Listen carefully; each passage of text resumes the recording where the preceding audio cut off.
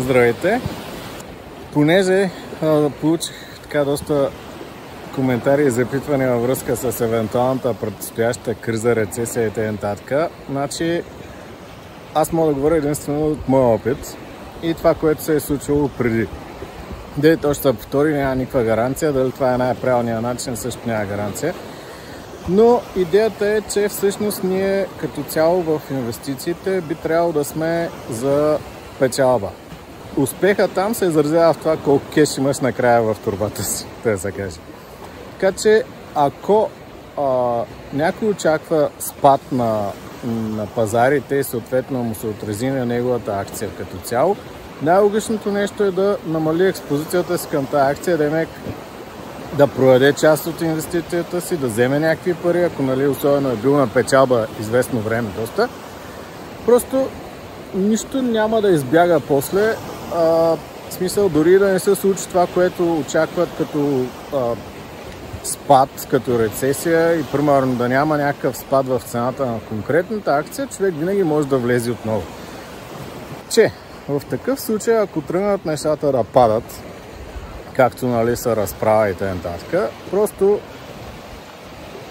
два са вариантите, най-малко. Един е махаш си експозицията и ставаш в кеш, което е окей за мен, но просто смятам, че не много хора биха си го позволили, защото някак си смятат, че инвестициите им са дългосрочни и ако те един момент излезат, едва ли не нарушават си принципа. За мен не е така, никога не е било така, защото всъщност на тебе, поне на мене, идеята е било да се печели от това нещо.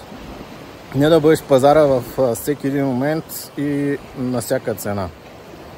Има в покера едно нещо sit on your hands. Значи, като нямаш карти, като нямаш ръка, не се напъваш да играеш. Не се напъваш да си вътре в пазара, просто защото така трябва. От тази гледна точка няма абсолютно никакъв проблем. Кешираш всичко, взимаш си каквото си изкарал и това е.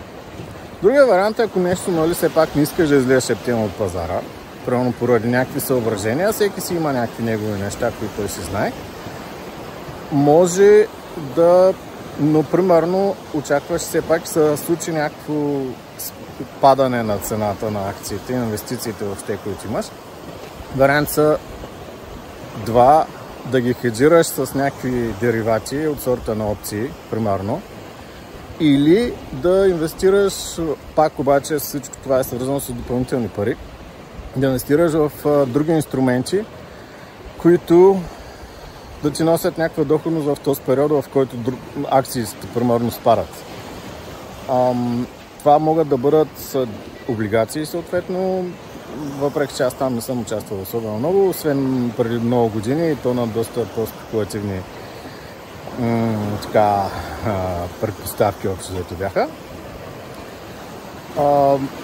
Могат да бъдат опции, както казах, могат да бъдат други класове активи, макар че пак зависи каква е кризата. Много хора, в които момента не инвестират, според мен не са преживяли кризата от 2008-2009, когато всичко тръгна абсолютно еднопосочно надолу. Значи нямаше диверсификация, която да те спаси тогава. Единственият вариант да те спаси беше просто да излезеш от инвестициите, си имаш кеш и да влезеш, когато решиш, че е подходящо. По този начин има шанс да изпуснеш най-голямото дъно, примерно, и да не си влязал на него, но в крайна сметка си спестил и си спасил това, което имаш до момента и си изкарал. Защото на теория всичко се връща и пазарите винаги растат и така нататък, но няма проблем.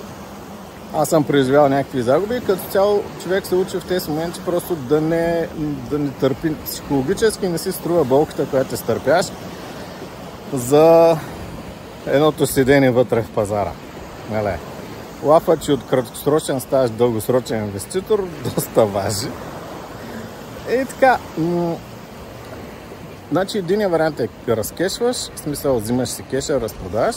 Другия вариант е да използваш някакви дериватни инструменти, които не е задължително да са конкретно. Примерно имаш акции в Apple, да речем. Можеш да купиш put опции на Apple, да речем.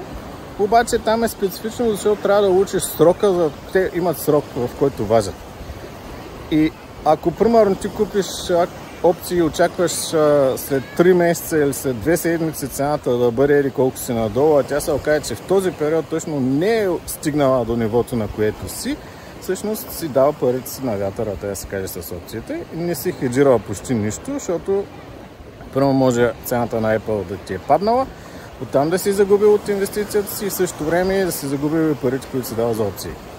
Така че става малко специфично. И аз затова смятам, че евентуално, ако ще се играе с опции в този случай, той е като по-скоро допълнителна, то не е инвестиция обаче, то си е баш трейдинг. Който трейдинг в тези моменти правиш, за да изкараш плюс, който да компенсира минуса от инвестицията. Сега това е, може би не е много ортодоксален подход, като цяло смятам, че е perfectly fine комбинацията от дългосрочен и краткосрочен трейдър и инвеститор. Значи в момента, в който едно нещо не го махнеш, защото ти държиш загуба, ти трябва да имаш начин да изкараш някакви пари от друго място. И като такъв, примерно вариант в този случай, за мен поне биха били опции върху стандартен курс, върху индекса. В смисъл, те са weekly, има месечни. Плюсът им е, че винаги са кеш сетълмент, няма как да се озовеш с индекса, нали, в един момент в ръцете си и той да е доста назад. Така че обаче не е въпросът да ги учите в момента, в който, нали, кризата наистина е настанала. Другия вариант е през някакви други инвестиции, ако се окаже някакъв асет клас наистина, който може би не е чак толкова засегнат от кризата, макар че в момента рисковете са по-скоро геополитически и от тази гледна точка навлиза страх, който страх всъщност кара хората да разпродават, да събират кеша и ако това нещо стане масово, не само хората, нали, инвеститори, институционални и така нататък, ако се премине примерно към бондове, което е възможно, защото натам вървят нещата и ще има една преразпределение на капитали, съответно парите в акции така или иначе биха пострадали, по-скоро ликвидността и навлизането на нови капитали вътре. И в този случай човек просто е важно да знае и да има някаква представа какво би правил, ако тръгне така да се случват нещата. За мен, както казах няколко пъти, в случая варианти са, че ако ги подредя по така интересност, да се каже, кеширане на всичко, взимане на кеша и влагане в някакви нискорискови, примерно имаше маркет фондове, има нискорискови инвестиционни продукти и така нататък, които просто да си държиш парите да са готовност, ако ти потребят в един момент да ги използваш. Другия вариант е, нали, съответно, ако някой си намери някаква друга инвестиция в този момент, която да прави, примерно някой може да си го използва парите за бизнес, който си е вариант. В смисъл, нали, как се казва, най-добре се лови риба в мътна вода и понякога кризите всъщност дават възможности за развитие на други неща, които са извън инвестициите. Както примерно когато беше COVID-а, се оказа, че имаше бум на онлайн пазарите. Инвестиции тогава спадаха всичко, обаче ако имаш кеш, който си придобил от инвестиции, можеш да направиш някакви онлайн магазинчета и те доста добре се развиваха в последствие.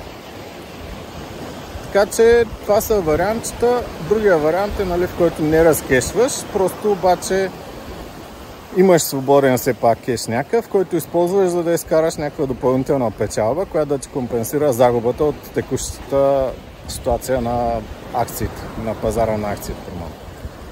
И това са двата варианта, които аз бих направил. Но това си е абсолютно мое мнение. Не ангажирам никой с него, не е инвестиционен съвет, консултация и така нататък, защото всичко се зависи от конкретната ситуация на човека. Съответно, просто има си наистина и данъчни съображения и други неща, за които аз сега не съм данъчен консултант. Има си хора за това нещо, е хубаво всеки да си знае мястото и да се консултира с когото трябва. Просто моят подход е комбинация между дългосрочно инвестиране и трейдинг. И Това се нарича според мен някаква форма на активно-пасивно управление, защото взимаш двете плюсовете до някаква степен от двете неща, взимаш и минусите, ако прекалиш с трейдинга съответно. Там влиза вече психологията и влиза управлението на собствената си личност, да се каже, и действията си на пазара.